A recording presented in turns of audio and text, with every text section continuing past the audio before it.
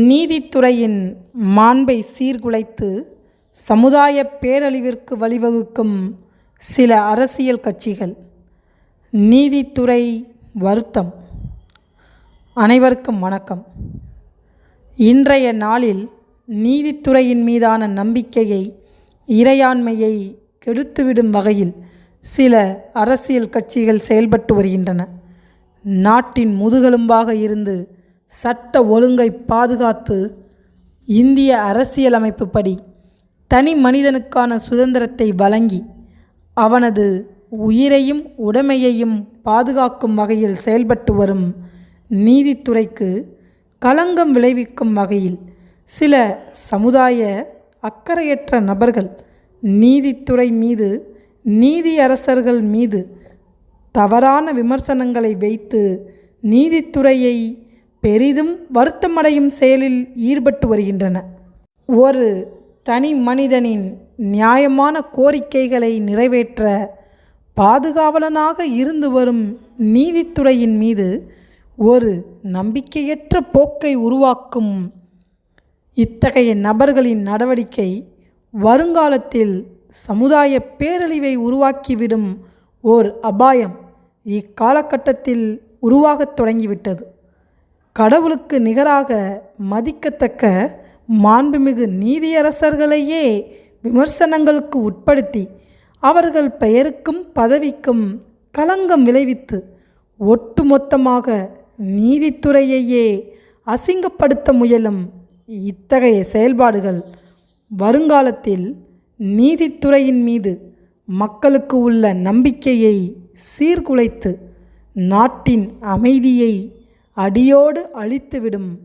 இத்தகைய எண்ணம் சிறிதும் இல்லாமல் 5 ஆண்டுகள் ஆட்சி கட்டிலில் அமர்ந்துவிட்டோம் என்ற மமதையில் தங்கள் சுய லாபத்திற்காக நீதித்துறையின் மீது பழிகளை சுமத்தி வரும் இந்நிலை கடுமையான கண்டனத்திற்குரிய ஒன்றாக உள்ளது. மக்களால் தேர்ந்தெடுக்கப்பட்ட பிரதிநிதிகள் அனைத்து மதத்தினரையும் ஒன்றாக கருதாமல் தங்கள் சுய விருப்பத்தின் அடிப்படையில் இந்திய இறையாண்மைக்கு எதிராக ஒரு மதத்தினருக்கு ஆதரவாக செயல்படுகிறோம் என்ற நோக்கில் மற்ற மதத்தினரின் மனதை புண்படுத்தும் வகையில் செயல்பட்டு வருவது வருத்தமளிப்பதாக உள்ளது. ஆட்சி அதிகாரம் தங்கள் கையில் உள்ளது என்ற கர்வத்தில் சில கைக்கூலிகளாக செயல்படும் சட்டத்துறையின் மீது சிறிதும் மரியாதையற்ற, சமுதாய அக்கறை இல்லாத சில வழக்கறிஞர்களை தங்கள் கையில் போட்டுக்கொண்டு சட்டத்துறையினை சீரழிக்கும் முயற்சியில் ஈடுபட்டு வருவது சமுதாயத்தில் பெரும் அதிர்ச்சி அலைகளை உருவாக்கியுள்ளது. இத்தகைய வகையில் தற்சமயம் சென்னை உயர்நீதிமன்றம் மதுரை கிளையில் நடைபெற்று வரும் ஓர் அவலம் குறித்து இப்பதிவில் காண உள்ளோம். இதுவரை நமது தட்சால் யுவர் ஆனர் சேனலை சப்ஸ்கிரைப் செய்யாதவர்கள் சப்ஸ்கிரைப் செய்து பெல் பட்டனை அழுத்துவதுடன் லைக் கொடுத்து உங்கள் நண்பர்கள், உறவினர்கள் என அனைவருக்கும் ஷேர் செய்து நமது இந்த சமுதாய மேம்பாட்டு முயற்சிக்கு ஒரு அரணாக இருந்து ஆதரவு அளிக்கும்படி அன்புடன் வேண்டுகிறேன். வழக்கு நடைபெற்று வரும் இடம் சென்னை உயர்நீதிமன்றம் மதுரை கிளை. வழக்கின் சாரம்: திருப்பரங்குன்றத்தில் இந்துக்களுக்கு பாத்தியமான மலைப்பகுதியில் கார்த்திகை தீபம் ஏற்ற அனுமதி கோரி கொடுக்கப்பட்ட மனுவிற்கு பல்வேறு வகையான ஆய்வுகளுக்கு பின் அவ்விடம் சார்ந்த முந்தைய வரலாறு, பல்வேறு வகையான வழக்குகள், அவற்றின் தீர்ப்புகள் அவற்றையெல்லாம் ஆய்வு செய்து அதனால் சமுதாயத்தில் எந்த மதத்தினரிடையேயும் எந்தவித பிரச்சனையும் உருவாகாது என்பதை உறுதிப்படுத்தி இந்திய இறையாண்மைப்படி எந்த ஒரு தனி மனிதனின் சுதந்திரம், எந்த ஒரு மதத்தினரின் உரிமை பறிக்கப்பட்டுவிடக்கூடாது என்ற நோக்கில் தெய்வத்திற்கு நிகராக மதிக்கத்தக்க மாண்புமிகு நீதியரசரால் வழங்கப்பட்ட நீதிமன்ற உத்தரவை செயல்படுத்த விடாமல் தடுத்த தமிழகத்தை ஆளும் அரசியல் கட்சியினர் நீதித்துறையின் பாதுகாவலனாக செயல்பட வேண்டிய காவல்துறையினரை தங்கள் கைக்குள் போட்டுக்கொண்டு இந்துக்களுக்கு ஆதரவாக செயல்பட வேண்டிய அறநிலைத்துறையையே வைத்து இதற்கு எதிரான செயல்பாடுகளில் ஈடுபடச் செய்து நீதித்துறைக்கு களங்கம் விளைவிக்கும் வகையில் செயல்பட்டு வருவது பொதுமக்களிடையே, இந்தியாவில் பெரிதும் வசிக்கும் இந்துக்களிடையே பெரும் கொந்தளிப்பை ஏற்படுத்தியுள்ளது. ஆட்சி அதிகாரத்தில் இருக்கிறோம் என்ற இருமாப்பில் தெய்வத்திற்கு நிகரான மாண்புமிகு நீதியரசர்களின் உத்தரவுகள் மீதும் அவர்கள் மீதும் தனிப்பட்ட முறையில் விமர்சனங்களை வைத்து சட்டத்துறையின் மீது பொதுமக்களுக்கு உள்ள மரியாதையை சீர்குலைக்கும் வகையில் செயல்படுவது பெரிதும் வருத்தம் அளிப்பதாக உள்ளது. துறை என்பது என்றைக்கும் பொதுவான ஆண்டாண்டு காலம் நிலைத்து நின்று சிறப்புடன் செயல்பட வேண்டிய ஒரு அமைப்பு.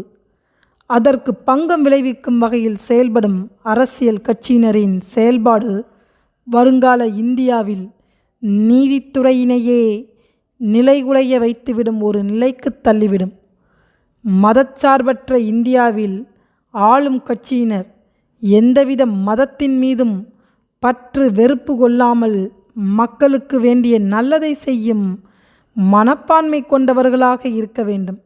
அதனை தவிர்த்து ஒரு குறிப்பிட்ட மதத்தினரை ஆதரிக்கிறோம் என்ற நோக்கில் கண்மூடித்தனமாக நீதித்துறையையே அசிங்கப்படுத்தி மாண்புமிகு நீதியரசர்களை விமர்சனங்களுக்கு உட்படுத்துவது நீதித்துறையை களங்கப்படுத்தி வருங்கால இந்தியாவை சீர்குலைக்கும் ஒரு முயற்சியாகும். இத்தகைய நிலை தடுக்கப்பட வேண்டும். நீதித்துறைக்கு பக்கபலமாக இருக்க வேண்டிய காவல்துறையும் இந்துக்களுக்கு ஆதரவாக இருக்க வேண்டிய அறநிலைத்துறையும் இன்றைய ஆளும் அரசியல்வாதிகளின் கைப்பாவைகளாக மாறி தங்கள் செயல்பாடுகளுக்கு முரண்பாடான செயல்பாடுகளில் ஈடுபட்டு வருவது பெரும் அதிர்ச்சியை உருவாக்கியுள்ளது.